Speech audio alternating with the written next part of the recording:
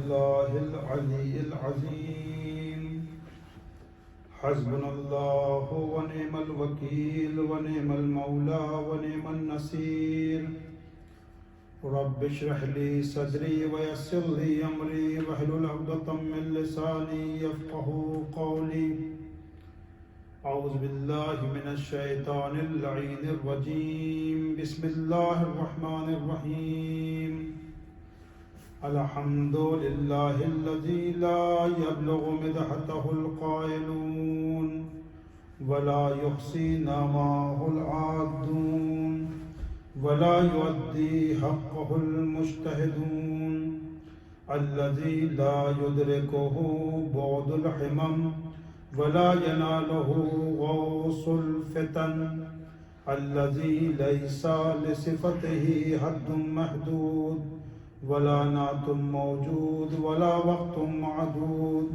ولا أجل ممدود والصلاة والسلام على رسول الثقلين محبوب رب المغربين والمشرقين جد الحسن والحسين أبي القاسم محمد اللهم صل على محمد وآل محمد الطيبين الطاهرين المعصومين ولعنة الله على أعدائهم أجمعين من الآن إلى قيام يوم الدين أما بعد فقد قال الله سبحانه تبارك وتعالى في كتابه الكريم وهو أصدق القائلين وقوله الحق بسم الله الرحمن الرحيم لقد كان في قصصهم عبرة لأولي الألباب صلوات پر محمد وآل محمد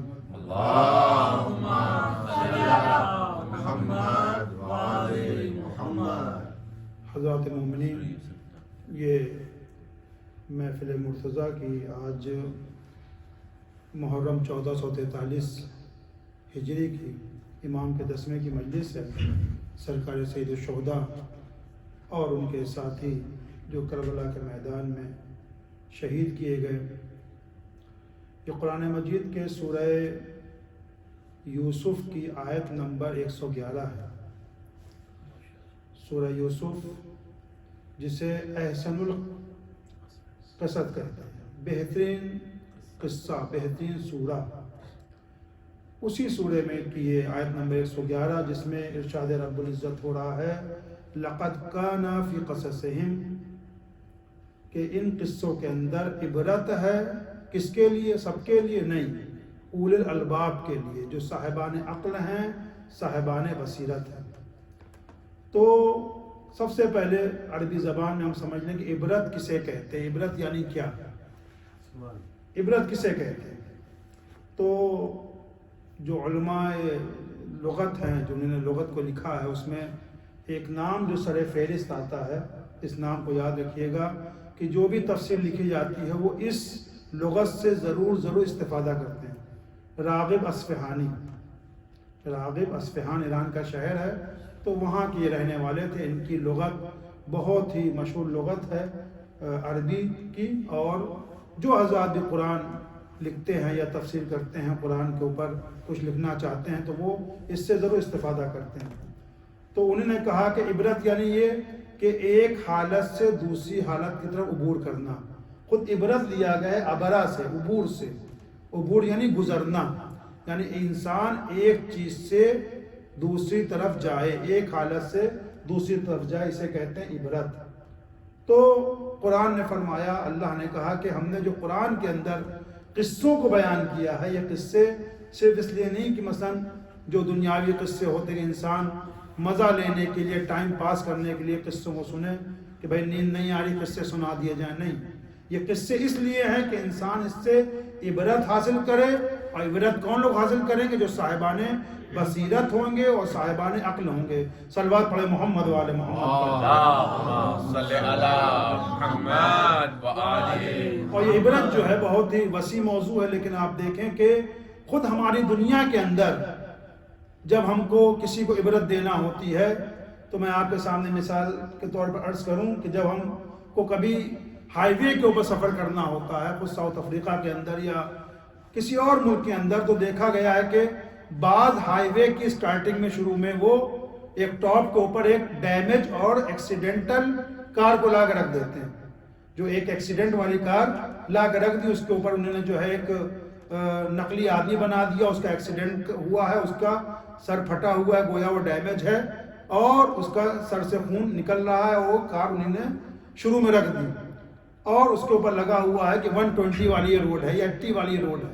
یعنی کیا مطلب یہ ہے سرکار کے جو آپ نے جو دیکھ رہے ہیں, اگر آپ نے قوانین کی پابندی نہیں کی, آپ نے رولز کو فالو نہیں کیا, آپ نے ٹریفک رول کو نظر انداز کیا اور اوور اسپیڈ سے کام لیا, تو آپ کی حالت بھی یہی ہونے والی ہے. اس سے پہلے کہ آپ کی حالت ایسی ہو, آپ اس سے عبرت حاصل کریں, عبرت حاصل کریں. اسی طریقے سے جو ہے آپ دیکھیں جو ٹرانسفارمر ہوتا ہے, وہاں کے اوپر 2 ہڈیاں بنی ہوئی ہیں اور سر بنا ہوا ہے اور لکھا ہے 440 وولٹ. کچھ نہیں لکھا ہے, 440 وولٹ اور 2 ہڈیاں اور ایک سر. یعنی کیا مطلب کہ بھائی دیکھو اس سے دور رہنا, مجھ سے دور رہنا. کیوں دور رہنا؟ کہ اگر تم نے اس کو ٹچ کیا, کچھ اس سے چھیڑخانی کی, تو تمہاری حالت بھی ایسی ہوگی. عبرت حاصل کرو. عبرت کا مطلب یہ ہوا کہ انسان دوسروں کو دیکھ کے سبق حاصل کرے. صلوات پڑھے محمد والے محمد پر.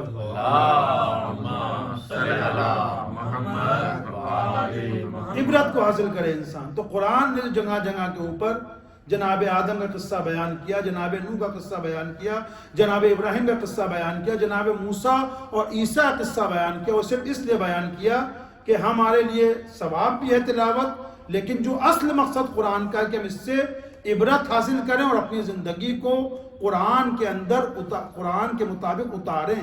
قرآن ہماری رگوں کے اندر, ہمارے روح کے اندر بس جائے, رچ بس جائے. اس لیے قرآن کو اللہ نے نازل کیا.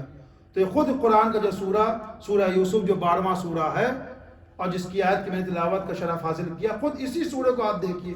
سورہ یوسف کیا ہوا سب نے دیکھا ہے, سب نے سیریل دیکھا ہے, سب کو معلوم ہے, لیکن صرف موضوع اس لیے میں عرض کر رہا ہوں. کیا ہوا جناب موسیٰ جناب یوسف کا کہ بچے تھے, چھوٹے تھے, بھائیوں نے کیا کیا, اندھے کنویں میں ڈال دیا.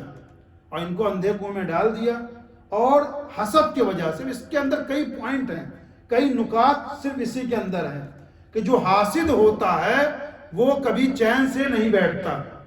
حاسد انسان جو جلس ہوتا ہے, جو جلنے والا ہوتا ہے, اس کو کبھی سکون میسر نہیں ہوتا. حاسد خود اپنی ہی ہوئی لگائی ہوئی آگ میں جلا کرتا. دیکھیے عربی کے اندر 2 لفظ ہیں, حسد اور ایک کہلاتا ہے رشک. رشک جو ہے وہ قابل تعریف ہے, اپریشیٹڈ ہے. ہمیں رشک کرنا چاہیے, حسد نہیں کرنا چاہیے. حسد اور رشک میں کیا فرق ہے؟ حسد کا مطلب یہ ہے کہ اے اللہ اس کیوں دیا ہے, ہمیں دے دے. اس کا بچہ کیوں اسکول میں ٹاپ آ رہا ہے, میرا بچہ اسکول میں ٹاپ ہے, یعنی اسے نہ ملے ہمیں مل جائے. اس کا بزنس آگے کیوں جا رہا ہے, اس کے بچے کیوں ٹاپ کر رہے ہیں, یہ کیوں کاروبار میں آگے بڑھ رہا ہے, مثلا اس کو نہ ملے ہمیں مل جائے. لیکن رشک یہ ہے کہ اے اللہ اسے دیا ہے تو ہمیں بھی دے. اس کے بچے اگر فرسٹ پوزیشن آ رہے ہیں, اچھی رینک لا رہے ہیں, اچھا نمبر مل رہا ہے, تو میرے بچے بھی اس کے بچے جیسے بن جائیں. اگر تو اسے اپنے فضل و کرم سے نواز رہا ہے تو اللہ مجھے بھی اپنے فضل و کرم سے نواز, ایک نظر میری طرف بھی ہو جائے. نہیں اس سے چھیننا, تو اسے دیا تو ہمیں بھی دے, یہ کہلاتا ہے رشک. حسد یہ کہ اسے کیوں دیا, اس سے چھین کے ہمیں دے دے. تو حسد کو منع کیا گیا. تو جناب یوسف کے بھائیوں نے کیا کیا, بھائی اپنا کردار اچھا کرتے تو بھائی تم سے بھی تمہارا باپ محبت کرتا, لیکن تم نے کریکٹر اپنا ایسا نہیں بنایا, تم نے اپنا اخلاق ایسا نہیں بنایا. تم چاہتے ہو کہ باپ کی نظروں میں محب ہو جائیں, چاہنے والا باپ ہم سے چاہنے لگے ہم کو, تو یہ نہیں ہو سکتا. تو لہذا انہوں نے کیا کیا, حسد کی بنا کے اوپر پلاننگ تھی کہ قتل کر دیں گے, لیکن پورا واقعہ آپ کے سامنے کی, اس کو اندھے کنویں میں ڈال دیا. اور ڈال دیا تو وہی قرآن کی آیت جو شاید میں نے پہلے بھی عرض کیا, تعز من تشاء و تذل من تشاء. اللہ جسے عزت دینا چاہے اسے کوئی ذلیل نہیں کر سکتا, اور جسے کوئی اللہ ذلیل کر دے اسے کوئی عزت نہیں دے سکتا. کاروان گزرا اور اس کے بعد وہ وہاں بیچے گئے, پھر اس کے بعد دھیمے دھیمے عزیز مصر بن گئے. تو اسی کے اندر واقعے کے اندر کتنا سبق ہے ہمارے لیے کہ اگر جناب یوسف علیہ السلام نے زلیخا کی دعوت کو قبول کر لیا ہوتا، جب اس نے سارے کرٹن کو گرا دیا، سارے پردوں کو گرا دیا، سارے دروازوں کو بند کر دیا، قرآن کہتا ہے کہ حیت لک، آئیے میں آپ کے لیے آمادہ ہوں، تیار ہوں، تو کہا معاذ اللہ، اور اس نے اپنے یہ جو کمرے کے اندر جو بت تھا اس کے اوپر اس نے اپنا چادر اور پردہ ڈال دیا، کہا کہ وائے ہو تجھ پر، یہ بت جو بول نہیں سکتا، جو دیکھ نہیں سکتا، جو کھا پی نہیں سکتا، کچھ نہیں کر سکتا، تجھے اس سے شرم آ رہی ہے، اور میرا اللہ جو ہر چیز کو دیکھنے والا ہے، جو ما فی الصدور، جو قلوب کے اندر گزر رہا ہے، اس کو بھی جاننے والا ہے، میں اس سے حیا نہ کروں، میں اس سے شرم نہ کروں، لہذا جناب یوسف نے اس گناہ کو انجام نہیں دیا جس گناہ کی زلیخا دعوت دے رہی تھی، زلیخا دعوت دے رہی تھی۔ اس کے بعد پورا واقعہ آپ کے سامنے، دھیمے دھیمے ان کو عزیز مصر بن گئے، اور وہ بھائی جو اس کو قتل کرنا چاہتے تھے، اب دنیا کے اندر واقع عبرت ہے کہ کل کو جو ہم کو تانا دیتے تھے، ہم کو گرانا چاہ رہے تھے، ہماری ٹانگ کھینچنا چاہ رہے تھے، آج وہی ہمارے محتاج ہمارے سامنے دست سوال کو پھیلائے ہوئے ہیں۔ تو وہی بھائی جو ڈر رہے تھے، جو ان کو قتل، ان کے قاتل بننا چاہتے تھے، قتل کرنا چاہتے تھے، اور ہر طرح سے ان کو نیچے گرانا چاہتے تھے، انہی کے دربار میں کھڑے ہوئے ہیں، بھائی ہمیں بھی گیہوں چاہیے، ہمارا بوڑھا باپ ہے، ہم بھی بھوک سے مر رہے ہیں، ہمارے یہاں پانی نہیں برسا، ہمارے یہاں بھی دروٹ ہے، سوکھا ہے، لہذا ہمیں بھی اناج دیا جائے۔ اناج مل گیا۔ اس کے بعد پورا واقعہ بتایا، باپ سے کہا پھر جاؤ، اور پورا واقعہ آپ کے سامنے۔ تو یہ جناب یوسف کے واقعے میں ہمارے لیے عبرت ہے کہ ہم کسی سے حسد نہ کریں، رشک کریں، اپنے والدین کی اطاعت کریں، اگر گناہ کی کوئی دعوت دے تو ہم گناہ نہ کریں، اور یہ جان لیں کہ جو کچھ بھی ہے وہ اللہ کے ہاتھ میں، اللہ کے ہاتھ میں عزت بھی ہے اور اللہ کے ہاتھ میں ذلت بھی ہے۔ صلوات پڑھے محمد والے محمد۔ اللہم صلی علی محمد وآل محمد۔ اس سے بہتر صلوات پڑھے محمد والے محمد پر۔ اللہم صلی علی محمد وآل محمد۔ یہ انسان کی جو مجبوری یہ ہے، انسان مجبور تو خیر نہیں، انسان کی یہ عادت ہے کہ جب تک کہ خود وہ جو ہے دوسروں کے لیے عبرت نہیں بن جاتا، عبرت حاصل نہیں کرتا۔ تو میرا کہنے کا مقصد یہ ہے کہ انسان بجائے اس کے کہ دوسروں کے لیے خود عبرت بنے، دوسروں سے عبرت کو حاصل کرے۔ آپ دیکھیں اب تو زمانہ چلا گیا، گزر گیا، اب کتاب پڑھنے کا زمانہ نہیں ہے۔ پہلے بچوں کو کتابیں دی جاتی تھی اور اس کے بعد بچے جو ہے کتابیں پڑھا کرتے تھے۔ اب تو واٹس ایپ ہے اور یہ ہے اور سوشل میڈیا کا زمانہ ہے، لیکن میرے والد بچپنے میں کتاب لایا کرتے تھے، مولانا رومی کتاب۔ مولانا رومی جو 1207 میں آپ کی پیدائش ہے، 250 سال تقریباً پہلے جو آپ کی پیدائش ہے، مولانا رومی۔ تو ان کی بہت ہی عبرت آموز کہانیاں، مولانا رومی نے بڑا اچھا واقعہ لکھا عبرت کے لیے اپنی کتاب میں، اور ظاہراً 1273 میں آپ کی وفات ہے۔ تو مولانا رومی فرماتے ہیں کہانی ہے لیکن اس کے اندر عبرت ہے، یعنی ہر وہ چیز جو آپ کو سبق سکھا جائے، آپ کو کچھ پڑھا جائے، آپ کو کچھ بتا جائے، وہ لائق مثلا جو ہے احترام ہے۔ یہ واقعہ بظاہر چھوٹی سی کہانی لیکن ہمارے لیے بہت ہی سبق آموز ہے کہ ہم انسان جو ہیں جب تک کہ خود جو ہے دوسروں کی عبرت نہیں بن جاتے، ہم عبرت حاصل نہیں کرتے۔ تو وہ اپنی کہانی میں لکھتے ہیں کہ ایک مرتبہ جو ہے ایک شیر، ایک بھیڑیا اور ایک لومڑی، لومڑی تو چالاک ہوتی ہے، کننگ فاکس مشہور ہے، تو ایک بھیڑیا، ایک شیر، ایک لومڑی، ان لوگوں نے تینوں نے کہا کہ چلو بھائی چل کے شکار کیا جائے۔ کہا کہ ٹھیک ہے، طے پا کے چلنا چاہیے، شکار کرنا چاہیے۔ لہٰذا یہ تینوں شیر، بھیڑیا اور لومڑی، یہ تینوں گئے شکار کرنے کے لیے۔ تینوں نے مل کے جو ہے 3 شکار کیے۔ ایک کو پہ رہنے والی پہاڑی گائے کو نے شکار کیا، اور پھر اس کے بعد جو ایک بز کو، ایک یعنی بھیڑ کو، اور ایک خرگوش کو شکار کر کے لے کے آئے۔ اور جب لے کے آ گئے شکار کر کے، تینوں آ کے بیٹھ گئے، تو شیر نے محسوس کیا کہ ان بھیڑیے کی آنکھوں میں اور لومڑی کی آنکھوں میں، ان دونوں کی آنکھوں کے اندر طمع ہے، لالچ ہے، چاہ ہے کہ ہمیں جلدی سے جلدی ہمارا حصہ مل جائے، ہمارا جو ہے حصہ مل جائے تاکہ ہم بھی جو ہے اپنے پیٹ کو سیر کریں۔ تو لہٰذا شیر نے پہلے بھیڑیے سے کہا بھائی تم تقسیم کرو۔ کہا کہ دیکھیے سرکار، آپ تو جنگل کے راجا ہیں، آپ بادشاہ ہیں، آپ کنگ ہیں یہاں کے، لہٰذا یہ جو پہاڑی گائے ہے یہ آپ کے لیے ہے، اور چونکہ میں متوسط ہوں اور بیچ کا ہوں، لہٰذا بھیڑیا کہہ رہا ہے، لہٰذا یہ جو بز ہے، یہ بھیڑ ہے، یہ میرے لیے، اور لومڑی بیچاری چھوٹی سی ہے، اس کے لیے جو ہے خرگوش کافی ہے. اب شیر کو آؤ دیکھا نہ تھا، اس کو بہت غصہ آیا کہ میری موجودگی میں اس نے اپنے آپ کو حساب کیا، لہذا شیر نے اس کو حملہ کیا اور چیڑ پھاڑ کے رکھ دیا، اور وہیں پہ اس کا کام تمام ہو گیا. کس کا؟ بھیڑیے کا. اب شیر نے کہا لومڑی سے بھائی تم تقسیم کرو. کہا کہ بھائی تقسیم کرتے ہیں. کہا کہ دیکھیے صبح جو ہے کہا جاتا ہے کہ ناشتہ اچھا ہونا چاہیے، ناشتہ بادشاہوں والا ہونا چاہیے، اور دن کا کھانا جو ہے وزیروں والا، اور رات کا کھانا فقیروں والا. تو اس اعتبار سے اس نے تقسیم کرنا شروع کیا کہ دیکھیے صبح جو ہے یہ جو گائے ہے بڑی گائے ہے، لہذا یہ صبح کے ناشتے کے لیے آپ کے یہ گائے بہتر رہے گی. اور چونکہ اس کے بعد ناشتہ تگڑا ہو گیا ہے لہذا دن کے کھانے کے لیے جو یہ بز کافی ہے، اور رات میں چونکہ ڈاکٹر بھی کہتے ہیں طبیب بھی کہتے ہیں لہذا رات کے کھانے کے لیے یہ چھوٹا خرگوش آپ کے لیے کافی ہے. اب شیر نے لومڑی سے پوچھا یہ بتا یہ تقسیم کا طریقہ تو نے سیکھا کیسے؟ تقسیم کا طریقہ تو نے سیکھا کیسے؟ کہا کہ بھیڑیے کے انجام سے میں نے سیکھا. بھیڑیے کے انجام سے میں نے سیکھا. اللہ اکبر. اب شیر خوش ہو گیا کہ بھائی واہ بھائی واہ، کیا کہنا تقسیم کا، تینوں میرے لیے. کہا کہ سب تم لے جاؤ. اب لومڑی جو ہے بیچاری بڑی خوش کہ واقعا اگر مجھ سے پہلے کہا ہوتا تقسیم کرنے کو. تو خلاصہ اس کہانی سے، اس واقعے سے ملا رومی نے جو لکھا یہ ہماری سمجھ میں آیا کہ ہم کو چاہیے کہ دوسروں کے انجام سے ہم عبرت کو حاصل کریں، نہ کہ جو وقت گزر جائے اور اس کے بعد پھر ہم کہیں کاش ایسا میں نہ کرتا، کاش ایسا نہیں. دیکھیے انسان سب سے بڑا بیوقوف انسان کون ہے بھائی؟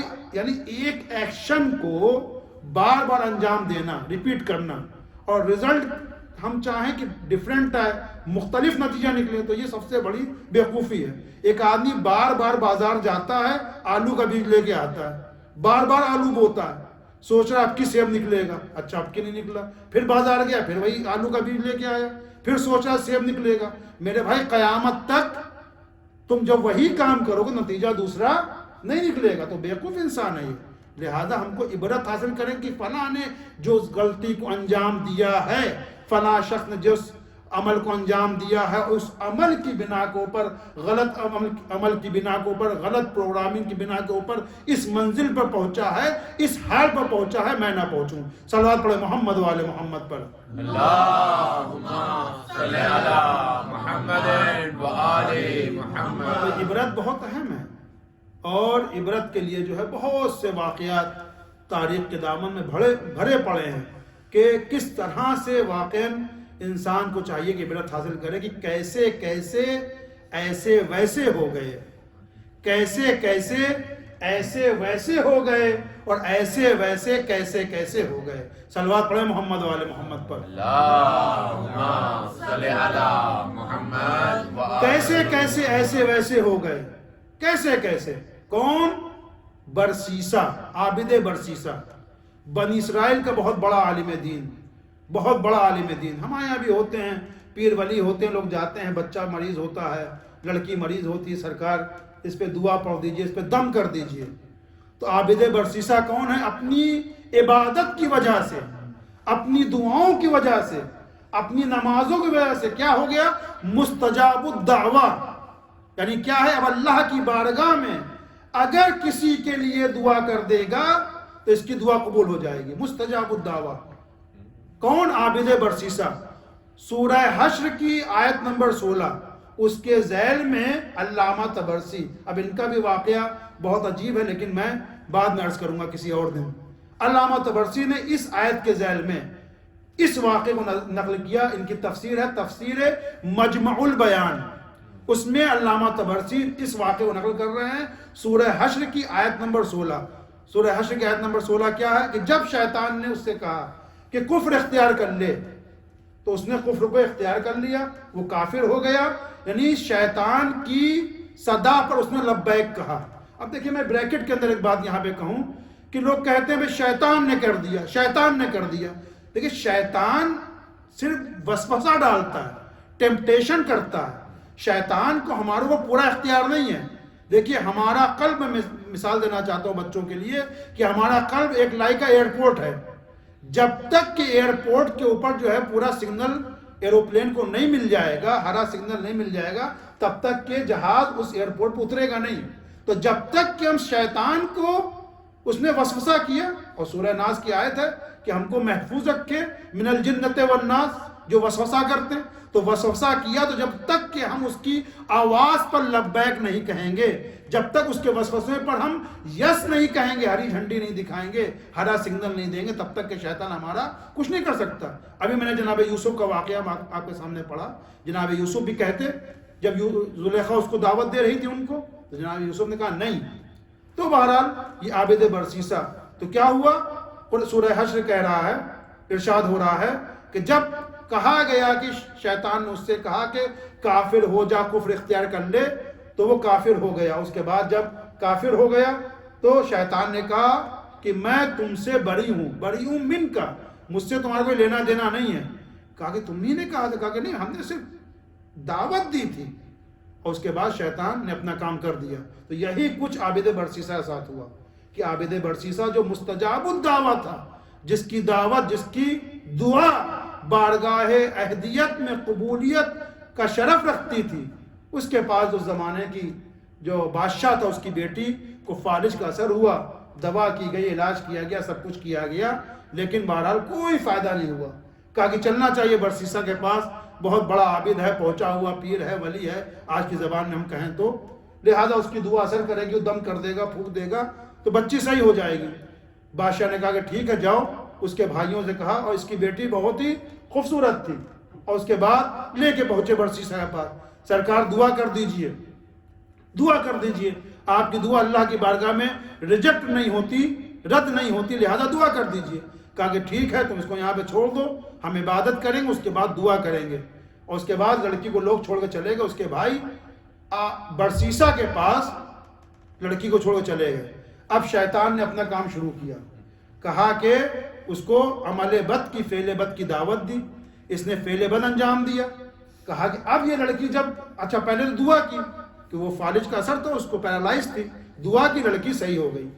اب اس کے بعد شیطان، اب وہ حسین و جمیل لڑکی برسیسہ، اب یہ دھیان میں رہے کون ہے، ایسے ایسے کیسے کیسے ہو گئے، ایسے ایسے کیسے کیسے ہو گئے۔ اب شیطان نے کہا کہ بھائی فعل بد کی دعوت دی، لڑکی صحیح ہو چکی ہے، اس نے فعل بد انجام دیا۔ اب شیطان ایک قدم اور آگے، دیکھیں شیطان کو ہمارے انڈیا پاکستان میں ٹرین میں یہ ہوتا ہے، اگر ریزرویشن ہے کسی کو ذرا سے بیٹھنے کے دے دیے تو کہتا ہے بھیا تھوڑا اور کس کو، ہوتا نہیں ہوتا ہے تھوڑا اور کس کو، وہ تھوڑا اور کھسکتا ہے، پھر کہتا ہے بھیا پیر پھیلانے جگہ دے دو، پیر پھیلا لیا، پھر اس کا جب پیر پھیلا لیا تو کہتا ہے بھیا لیٹنے دو۔ تو شیطان کا معاملہ بھی یہی ہے، اگر ایک شیطان کو ہم نے دعوت دے دی تو اکیلا نہیں آئے گا، اپنے بھائیوں کے ساتھ آئے گا، بچوں کے ساتھ آئے گا، پوری فیملی، پورے لاؤ لشکر کے ساتھ آئے گا۔ اب اس نے کہا کہ جب اس نے جو ہے زنا انجام دے چکا، فعل بد انجام دے چکا، تو یہ تو بڑا معاملہ گڑبڑ، اب یہ لڑکی جائے گی، شور کرے گی، شور کرے گی، اس کے بعد جو ہے میری بڑی بے عزتی ہوگی کہ برسیسہ نے کام کیا۔ اب شیطان نے کہا کہ اس کو قتل کر دو۔ لیجیے صاحب، کون ہے مستجاب الدعویٰ ہے، فعل بد انجام دیا، برا فعل انجام دیا، اس کے بعد قاتل بھی بن گیا، اس کا قتل کر دیا۔ اب کیا کریں؟ کہا کہ اس کی لاش کو یہیں اپنے حجرے کے اندر، کمرے کے اندر زمین کھودو، ٹھکانے لگا دو، کہیں لے جاؤ گے تو پھر بڑی کوئی دیکھ لے گا تو بڑی مصیبت ہو جائے گی، بے عزتی ہو جائے گی، تمہاری بہت عزت ہے اس قریے کے اندر، اس جگہ کے اوپر، اس شہر کے اندر۔ تو لہذا اسی جہاں پر وہ دعا کیا کرتا تھا، وہیں پر اپنے جو ہے سومے کے اندر، اپنے حجرے کے اندر اس کو دفنا دیا۔ اب اس کے بھائی لوگ آئے صبح، بھائی بہن کہاں ہے؟ کہا کہ بھیا وہ دعا کی اور دعا سے وہ صحیح ہو گئی، وہ چلی بھی گئی، وہ تو چلی بھی گئی۔ اب شیطان آور، یہ شیطان آور جو ہے، یہ اللہ نے جو ہے مثلا اس کا شیطان روایتوں میں ملتا ہے کہ یہ زنا کے لیے جو ہے لوگوں کو جو ہے دعوت دیتا ہے۔ اب یہی شیطان ان کے بھائیوں پاس گیا کہ وہ لڑکی صحیح تو ہوئی تھی لیکن یہ برسیسہ جھوٹ بول رہا ہے، اس کے بھائیوں کے پاس انسان کی شکل میں گیا۔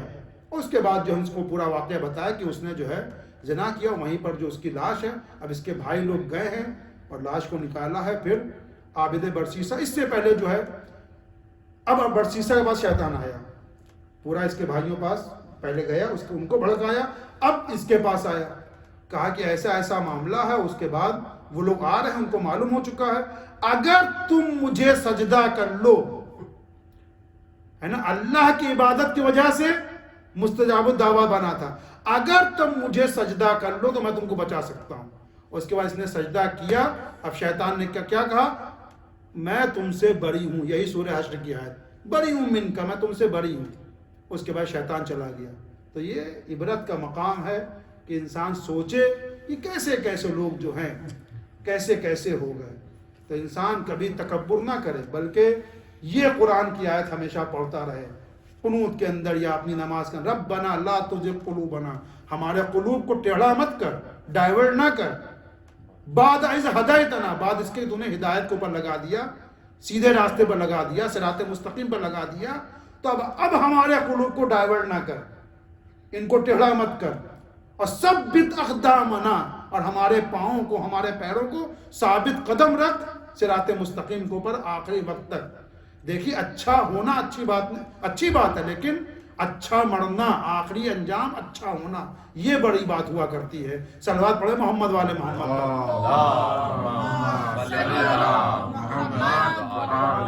اور تاریخ میں دامن وقت گنجائش نہیں کہ پوری باتوں عرض کروں، لیکن تاریخ میں دونوں واقعات ہیں. جناب حر کیسے تھے اور توبہ سبب کیسے ہو گئے، یعنی کتنا بڑا سودا کیا کہ ایک رات میں جنت خرید لی پوری، جہنم سے جنت میں آ گئے، ظلمت سے نور میں آ گئے. اور اس کے خلاف آپ دیکھیں غدیر خم میں نعمان بن ثابت، یہ ایسا شخص ہے جس نے مولائے کائنات کی شان میں قصیدے کہیں. اس کے بعد پھر جو ہے ایک جنگ میں مولا کے خلاف یہ موجود تھا شخص، یعنی شروع میں اچھا تھا بعد میں خراب ہو گیا. جناب حر شروع میں خراب تھا، لیکن ایک توبہ کا سبب جو ہے آپ کو کیسا مقام مل گیا. تو یہ جو ہے عبرت کا مقام ہمارے لیے. تاریخ کے داون میں سینکڑوں واقعات بھرے ہوئے ہیں.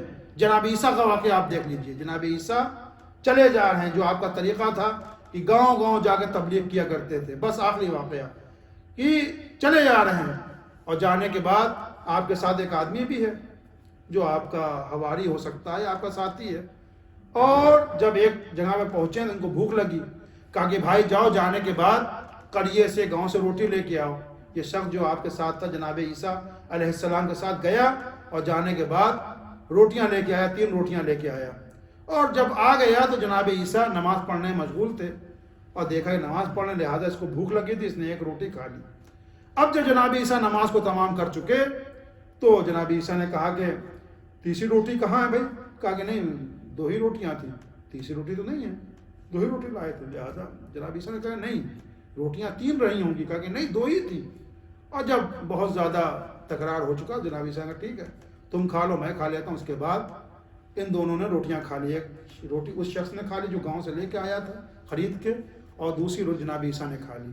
چلے جا رہے ہیں ساتھ میں. اس نے بار بار جناب عیسیٰ سے معجزات کو ملاحظہ کیا، لیکن جناب موسیٰ بار بار پوچھ رہے ہیں جناب عیسیٰ تیسری روٹی کیا ہوئی؟ کہا کہ نہیں 2 ہی روٹیاں تھیں. اب چلتے چلتے ان کو جو ہے 3 خشتے طلا یعنی سونے کے 3 ٹکڑے ملے. جناب عیسیٰ نے کہا کہ 1 ٹکڑا تمہارا اور 1 ٹکڑا جو ہے میرا، 1 سونے کا ٹکڑا اس شخص کے لیے جس نے تیسری روٹی کھائی ہے. اب جلدی سے بولا بھیا تیسری روٹی میں نہیں کھائی تھی، تیسری روٹی میں نہیں کھائی تھی. اب فوراً قبول کر لیا. جناب عیسیٰ نے 3 خشتے طلا سونے کے ٹکڑے اس کو دے دیے. اب بڑا خوش مست و مگن بیٹھا ہوا ہے، بھیا سونے 3 سونے ٹکڑے مل گئے تو کیا کہنے.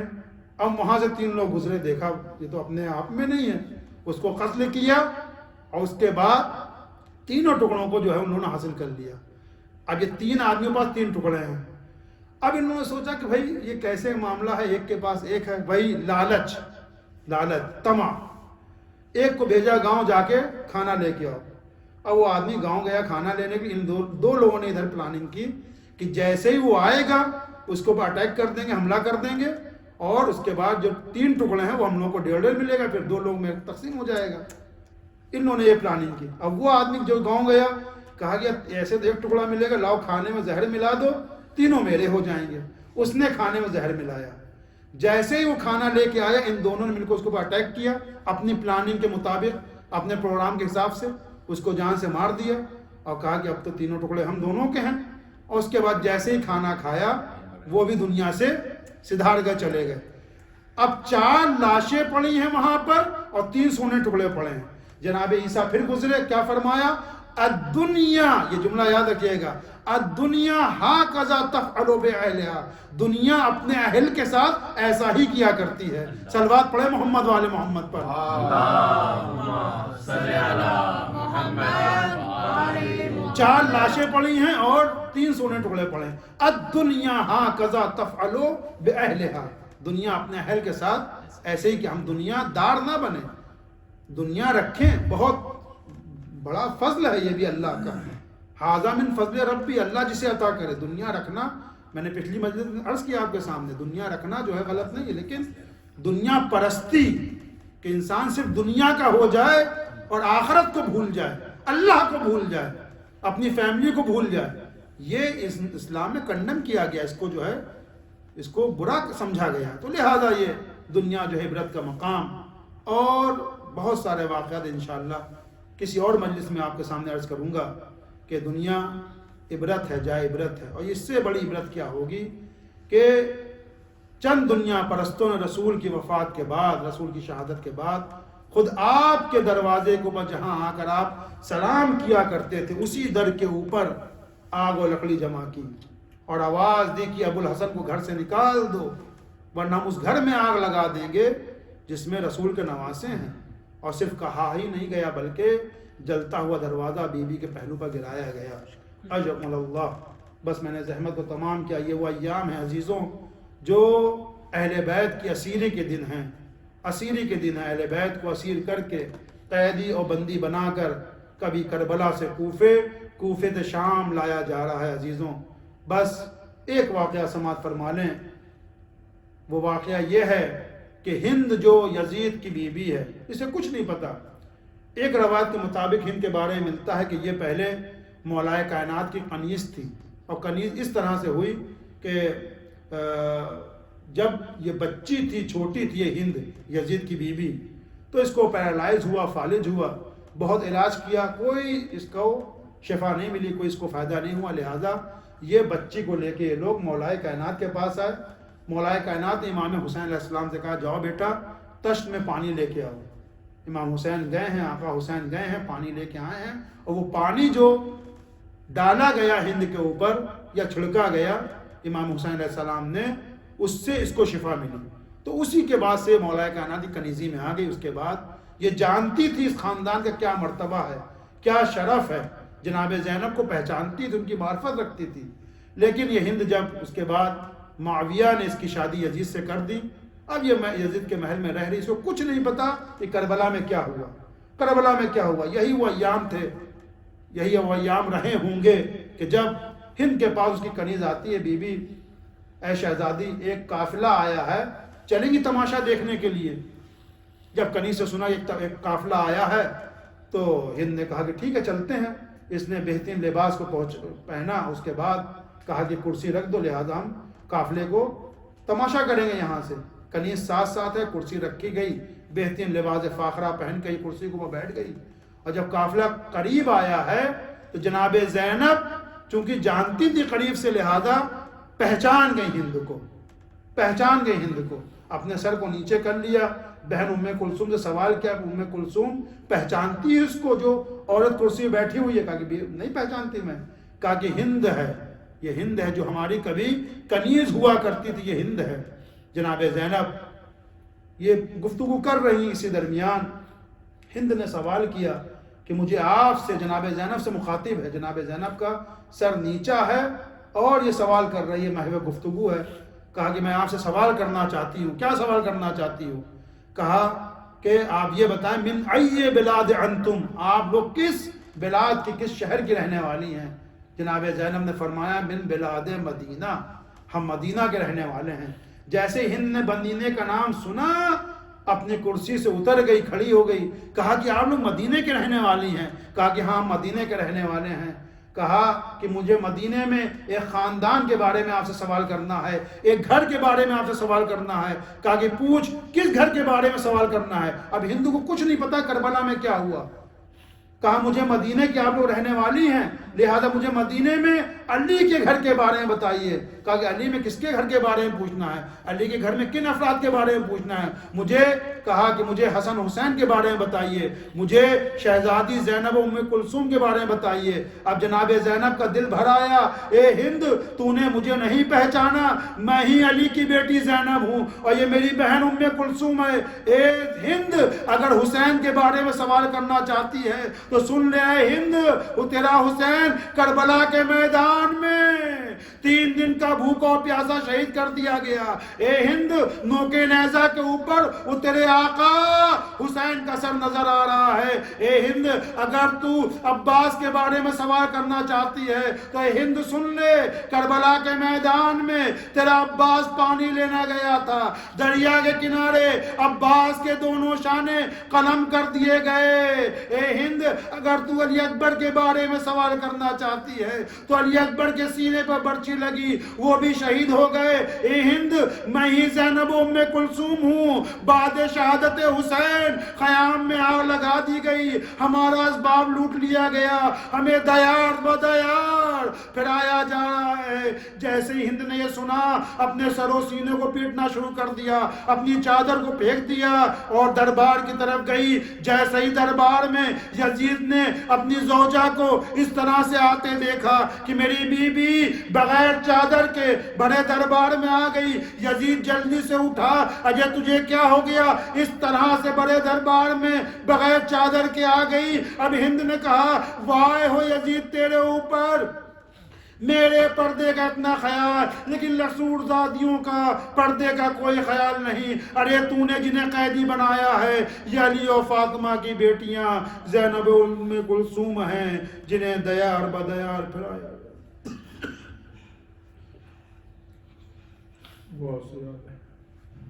اللہ جی نظر انا للہ و انا الیہ راجعون۔ بار الہ ہمارے اس ذکر خیر کو قبول فرما، جو مقروض ہم کو قرض ادا فرما، جو لوگ پریشان ہیں اللہ ان کی پریشانی دور فرما، جو لوگ بیمار ان کو شفاء کامل اور عاجل عنایت فرما، پرچم اسلام کو سر بلند فرما، پرچم نفاق اور کفر کو سر نگو فرما، علماء اعلام مراجع کرام کا سایہ سروں پر باقی رکھ، ہمارے ناسوں کو رومال سیدہ میں جگہ عنایت فرما اور ہم سب کو امام کے اول انصار میں شمار فرما۔ ربنا تقبل منا انک انت السمیع العلیم۔ ماتم حسین۔